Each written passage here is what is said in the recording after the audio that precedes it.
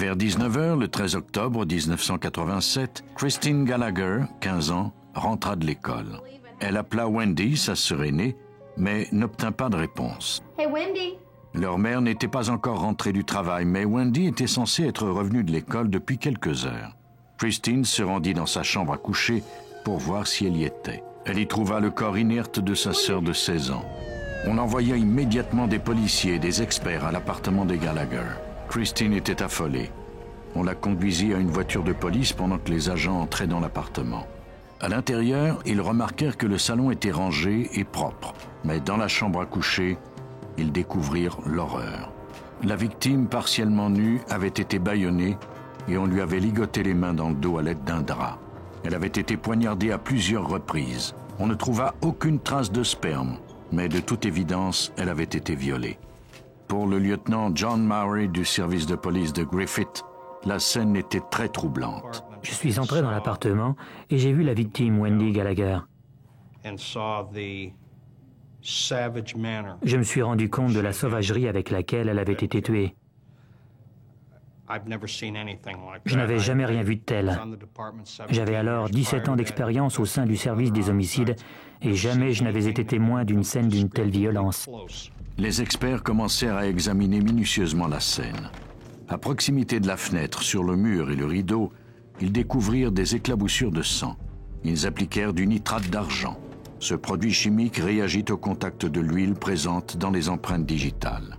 L'endroit fut ensuite soumis à un éclairage spécial. On trouva une empreinte de paume de main partielle, ainsi que d'autres éclaboussures de sang. Ce pan de mur fut retiré et envoyé au laboratoire pour d'autres analyses. Dans le salon, les policiers recueillirent un verre sur lequel se trouvaient de nombreuses empreintes barbouillées. Une veste en jean était posée sur le dossier d'une chaise. En fouillant dans les poches, les détectives trouvèrent un permis de conduire. Il appartenait à un adolescent du quartier. Un sac à main était posé sur le comptoir de la cuisine. Il ne contenait aucune carte d'identité. Pendant ce temps, Christine déclarait aux policiers que son père l'avait ramenée à la maison après être allé la chercher à la piscine de l'école. Depuis le divorce récent de leurs parents, Wendy et elle restaient souvent quelques heures seules entre la fin de l'école et le retour de leur mère du travail. Un des enquêteurs montra alors à Christine le sac à main trouvé dans la cuisine. C'était le sien. Elle ajouta qu'en rentrant, elle n'avait pas vu celui de sa sœur Wendy. Puis, Madame Gallagher rentra à la maison et apprit la nouvelle du meurtre de sa fille.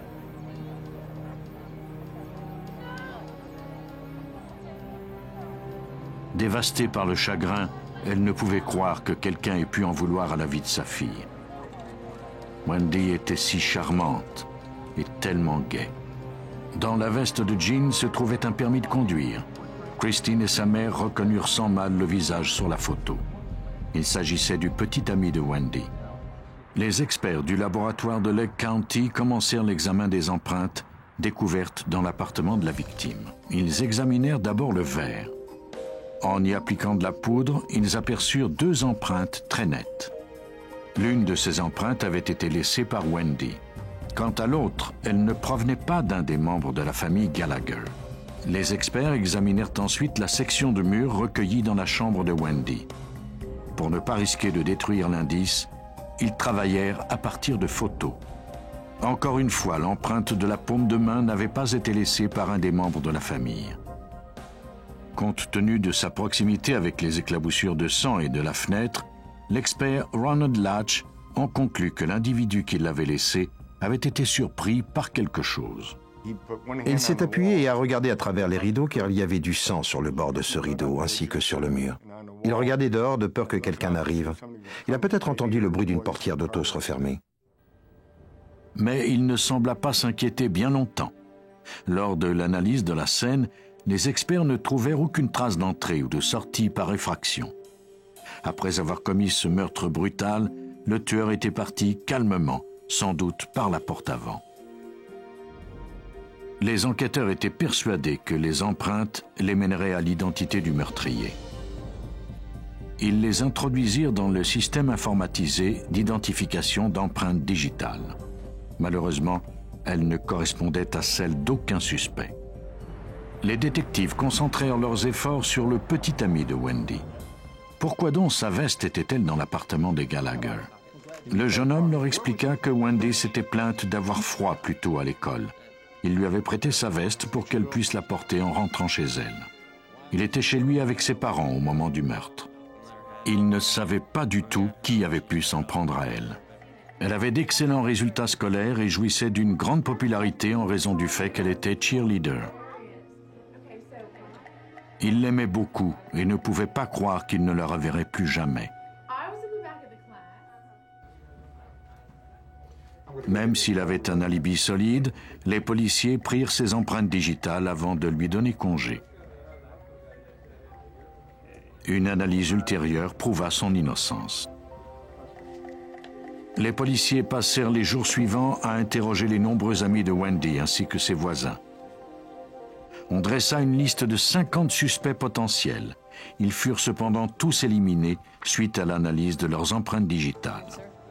Heureusement, une semaine après le meurtre, les policiers obtinrent une piste solide. Une femme de Chicago avait retrouvé le sac à main de Wendy. Elle s'était elle-même fait voler son sac par un assaillant. Quelqu'un l'avait retrouvé dans une benne à ordures. À l'intérieur se trouvait le sac de Wendy ainsi que ses cartes d'identité. Elle quittait son bureau quand elle avait vu un homme avec des cheveux bruns et une moustache sortir d'une voiture bleue. Il l'avait arrêté et menacé à la pointe d'un couteau. Au cours de l'assaut, un camion de livraison s'était arrêté à leur hauteur. Pris de panique, l'assaillant lui avait pris son sac à main avant de s'enfuir. Il avait toutefois laissé un indice précieux. Maintenant, un témoin pouvait l'identifier et permettre à la police de démontrer son implication dans le meurtre de Wendy. Rapidement, les policiers firent dresser un portrait robot du suspect et ils le distribuèrent accompagné de la description de sa voiture. Au cours des semaines suivantes, ils obtinrent de nombreuses pistes. Malheureusement, elles ne menaient nulle part. Malgré tout, les enquêteurs refusaient d'abandonner. Tous les agents qui se sont trouvés sur la scène du crime et vu Wendy étaient conscients qu'il fallait trouver son meurtrier au plus vite. Les détectives de Griffith disposaient d'un portrait robot et d'empreintes digitales qui constituaient peut-être la preuve d'un meurtre. Mais tant qu'ils n'auraient pas identifié un suspect, ces indices n'étaient guère utiles. De plus, on pouvait craindre que Wendy Gallagher ne soit pas sa dernière victime. Au moment où il tentait par tous les moyens de ne pas clore l'enquête, le service de police de Pasco, en Floride, à 1700 km de là, leur donna une lueur d'espoir. Les détectives de Pasco enquêtaient sur le meurtre d'une jeune fille de 14 ans. Une des résidentes de l'endroit avait remarqué certaines ressemblances entre ce cas et celui de Wendy Gallagher. Cette résidente, Diane Collins, avait quitté Griffith depuis peu pour s'établir à Pasco. En entendant les détails du meurtre dans les médias, Diane Collins avait remarqué de nombreux points communs entre les deux affaires. Elle avait décidé d'en parler à la police. J'ai d'abord été frappée par le fait qu'il s'agissait encore du meurtre d'une jeune fille chez elle après son retour de l'école. C'était le même scénario qu'à Griffith pour Wendy.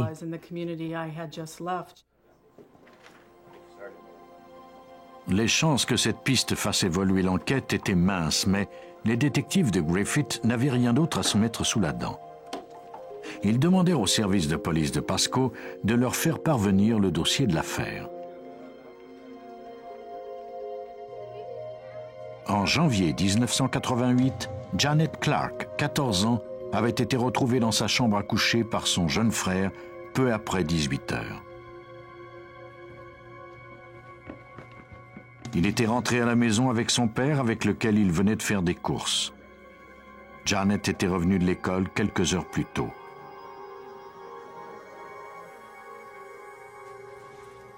Quand les policiers arrivèrent sur les lieux, ils découvrirent le corps de Janet partiellement dénudé. On l'avait bâillonnée et on lui avait ligoté les mains avec les draps de son lit, puis on l'avait violée et sauvagement poignardée.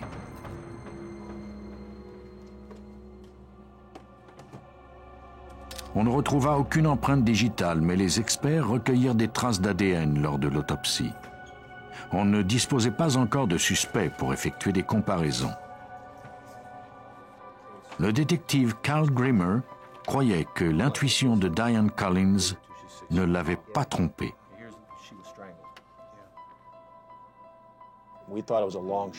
Au début, nous pensions que nos chances étaient très minces. Mais en étudiant cet autre cas et en examinant des photos de la scène du crime, nous avons acquis la certitude qu'il y avait un lien entre les deux affaires. Il y avait trop de ressemblances, c'était comme une sorte de signature. Convaincus qu'ils étaient à la recherche du même meurtrier, les deux services de police mirent leurs efforts en commun. Les détectives de Pasco intensifièrent leurs recherches. Une autre voisine de Janet Clark se rappela avoir aperçu un homme dans le quartier au moment du meurtre. Elle ne l'avait jamais vu auparavant. Elle le décrivit à un dessinateur de la police. Selon elle, il avait la vingtaine avancée, des cheveux foncés et une moustache. Elle se rappelait l'avoir vu au volant d'une Corvette rouge de modèle récent, immatriculée au Missouri. Le véhicule était différent de celui du suspect de Griffith, mais les détectives ne pouvaient ignorer la ressemblance physique entre les deux individus. Le détective Mowry croyait qu'un tueur en série était à l'œuvre. Le temps jouait contre nous. Suite à ce que nous avions vu, nous savions que cet individu était enragé. Nous devions donc nous battre contre la montre. Il fallait absolument l'empêcher de faire une autre victime. Retrouver un tueur qui se déplaçait d'état en état était une tâche ardue. Tant qu'il ne tuerait pas de nouveau, on devrait attendre. Malheureusement, il ne faudrait sans doute pas attendre longtemps. 2 mois plus tard, les policiers de Beaumont, au Texas, se rendirent sur la scène d'une fusillade dans un motel de la région. Ils firent irruption dans la chambre d'où provenaient les coups de feu. Ils découvrirent alors un de leurs collègues gisant au sol. Il avait été touché. Quelques minutes plus tôt, il avait appelé au poste pour signaler qu'il prenait en filature le conducteur d'un véhicule volé. Ce dernier venait d'entrer dans une chambre de motel. Les policiers conduisirent d'urgence l'agent Halsey à l'hôpital. Il était grièvement blessé. Il mourut quelques instants plus tard. Au motel, un témoin déclara qu'il avait regardé par sa fenêtre quand il avait entendu le coup de feu. Un homme aux cheveux foncés et portant une moustache quittait les lieux au volant d'une Corvette rouge. Un communiqué spécial fut relayé à toutes les voitures de police. Les agents devaient surveiller toutes les voitures sport de couleur rouge. Quelques minutes plus tard, les répartiteurs annoncèrent que le véhicule du suspect avait été repéré. Il réussit à fuir la police pendant plus de 30 km. Mais il perdit le contrôle de sa voiture et l'abandonna. Il prit la fuite à pied dans les bois et disparut. Le suspect était parvenu à prendre la fuite, mais les policiers disposaient au moins de la Corvette rouge qu'il avait abandonnée. À l'intérieur, ils trouvèrent un revolver Magnum 357 maculé de sang, utilisé depuis peu. Les policiers trouvèrent également des plaques d'immatriculation volées, notamment de l'État du Missouri. Maintenant, ils devaient retrouver le conducteur de cette voiture. Le détective Ray Beck du service de police de Beaumont organisa une chasse à l'homme. La nouvelle s'est propagée et des policiers de partout sont venus nous aider bénévolement. L'aide qu'on nous a offerte était incroyable. Selon des témoins, le suspect était monté à bord d'un taxi en direction de Houston. Les détectives eurent au fait de rattraper le véhicule. L'homme qu'on croyait responsable du meurtre de l'agent Halsey fut mis en état d'arrestation. Par la suite, on l'identifia. Il s'agissait de Michael Lee Lockhart, 28 ans. Les policiers l'interrogèrent au poste de police de Beaumont. Il avoua presque immédiatement avoir fait feu sur l'agent Halsey, mais refusa de donner des explications. Cela semblait presque trop facile. Robert Hobbs, un détective du bureau du procureur de Jefferson County, se rappelle cet interrogatoire. Il était très calme et serein. Nous avons tout de suite vu que ce n'était pas le criminel typique du sud du Texas que nous avons l'habitude de rencontrer. Une voiture volée n'était pas un mobile suffisant pour tuer un policier. Quelque chose de plus grave devait avoir poussé Lockhart à commettre ce meurtre. On prit ses empreintes digitales et on recueillit des échantillons de ses cheveux. Il fut accusé de meurtre au premier degré et gardé en détention. Les résultats des analyses balistiques appuyées par les aveux du suspect donnaient l'avantage aux détectives. Toutefois, la confession rapide de Lockhart était louche, comme s'il tentait de mettre rapidement un terme à l'enquête. À voir les indices recueillis dans la chambre de motel du suspect, il voyageait depuis quelques mois. Les policiers avaient trouvé des reçus d'hôtels et de restaurants d'un peu partout dans le Midwest. Mais qui Lockhart fuyait-il? Le détective Ray Beck comptait bien le découvrir. Il fit paraître un article à son sujet dans un magazine spécialisé dans les enquêtes policières et distribué dans tous les services de police du pays. Cela porta fruit. Un détective qui enquêtait sur le meurtre de Janet Clark à Pasco County en Floride lut l'article au sujet du meurtre de l'agent Halsey et du suspect qui l'avait tué. Il appela le service de police de Beaumont pour parler au détective Beck. Un des indices de leur enquête était une Corvette rouge immatriculée au Missouri. C'était un des éléments que nous avions recueillis ici, une plaque minéralogique du Missouri trouvée dans une Corvette rouge. Le détective Beck apprit ensuite les détails entourant les meurtres de Janet Clark et de Wendy Gallagher. On avisa immédiatement des enquêteurs qui travaillaient sur cette affaire à Griffith, dans l'Indiana. Les empreintes de Lockhart furent envoyées au laboratoire de Lake County. Persuadés qu'ils disposaient maintenant de l'indice requis pour établir la culpabilité de Lockhart, les analystes se mirent à l'œuvre en comparant ces empreintes à celles recueillies sur la scène du crime de Wendy Gallagher.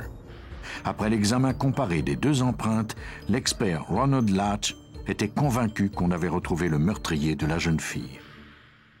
Les empreintes que nous avions recueillies sur la scène prouvaient que Michael Lee Lockhart s'était trouvé à l'intérieur de cet appartement. La paume de main indiquait qu'il était à côté du corps de la victime. C'était à cet endroit que nous avions trouvé du sang sur le rideau et le mur. Près de 8 mois après la découverte du corps de Wendy Gallagher, les enquêteurs disposaient enfin des preuves pour faire accuser Michael Lee Lockhart de meurtre. Le 30 juin 1988, des analyses génétiques permirent de prouver que Lockhart avait bien violé et assassiné Janet Clark en Floride. En collaborant, les services de police impliqués ont pu prouver la culpabilité d'un même individu dans 3 meurtres qui semblaient au départ n'avoir aucun lien entre eux. Les policiers croient que Lockhart voyageait ainsi à travers le pays à la recherche de nouvelles victimes. Il commençait par rôder dans un secteur pour trouver une jeune fille vulnérable. Quand il s'était assuré qu'elle était seule, il s'introduisait chez elle, il la violait et la tuait.